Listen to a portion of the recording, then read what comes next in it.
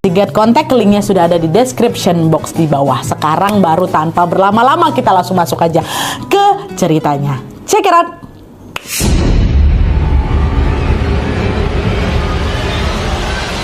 Oke, jadi kisah yang aku ceritakan ini dikirim sama Wak kita yang bernama Sekar dari Bandung. Halo Kak Sekar. Nah, sebelum masuk ke ceritanya, aku mau sedikit menceritakan latar belakang Sekar nih dulu, Wak ya. Jadi, Sekar ini tuh punya saudara jauh yang usianya sebaya sama dia. Namanya Dila dan juga Mariam. Neneknya Dila, Sekar, dan Mariam ini bersaudara, Wak, kakak beradik. Jadi, otomatis mereka bertiga pun masih ada hubungan keluarga gitu. Nah, selain ada hubungan keluarga, Wak, kedekatan Sekar dan Dila dan juga Mariam ini berawal dari latar belakang mereka yang hampir mirip. Kata si Sekar, mereka bertiga ini sama-sama punya keluarga yang kurang harmonis gitu. Nah, dari situlah mereka merasa senasib juga dan jadi semakin dekat. Kan juga biasanya manusia memang lebih gampang akrab kalau punya kesamaan kan, Wak ya. Nah, Sekar sama Dila ini sering ngerasain kurang dapat kasih sayang, Wak, dari orang tua mereka.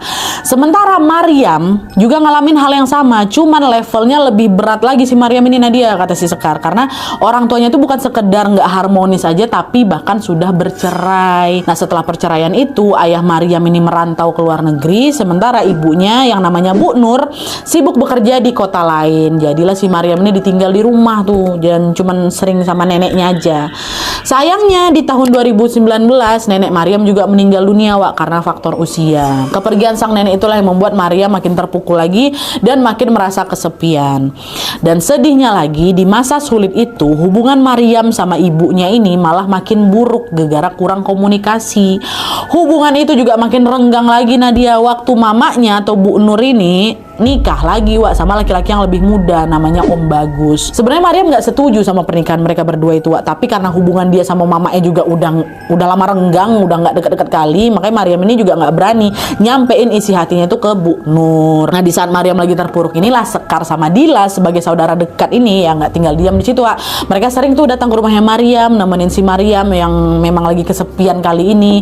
Dan untungnya juga kehadiran kedua saudaranya lumayan bisa menghibur hati Mariam lah gitu. Dia perlahan juga mulai bangkit dan menyibukkan diri dengan belajar jadi MUA profesional ya. Nah, setelah punya portofolio yang cukup, barulah si Mariam ini meniti karir menjadi MUA profesional yang ada di kotanya.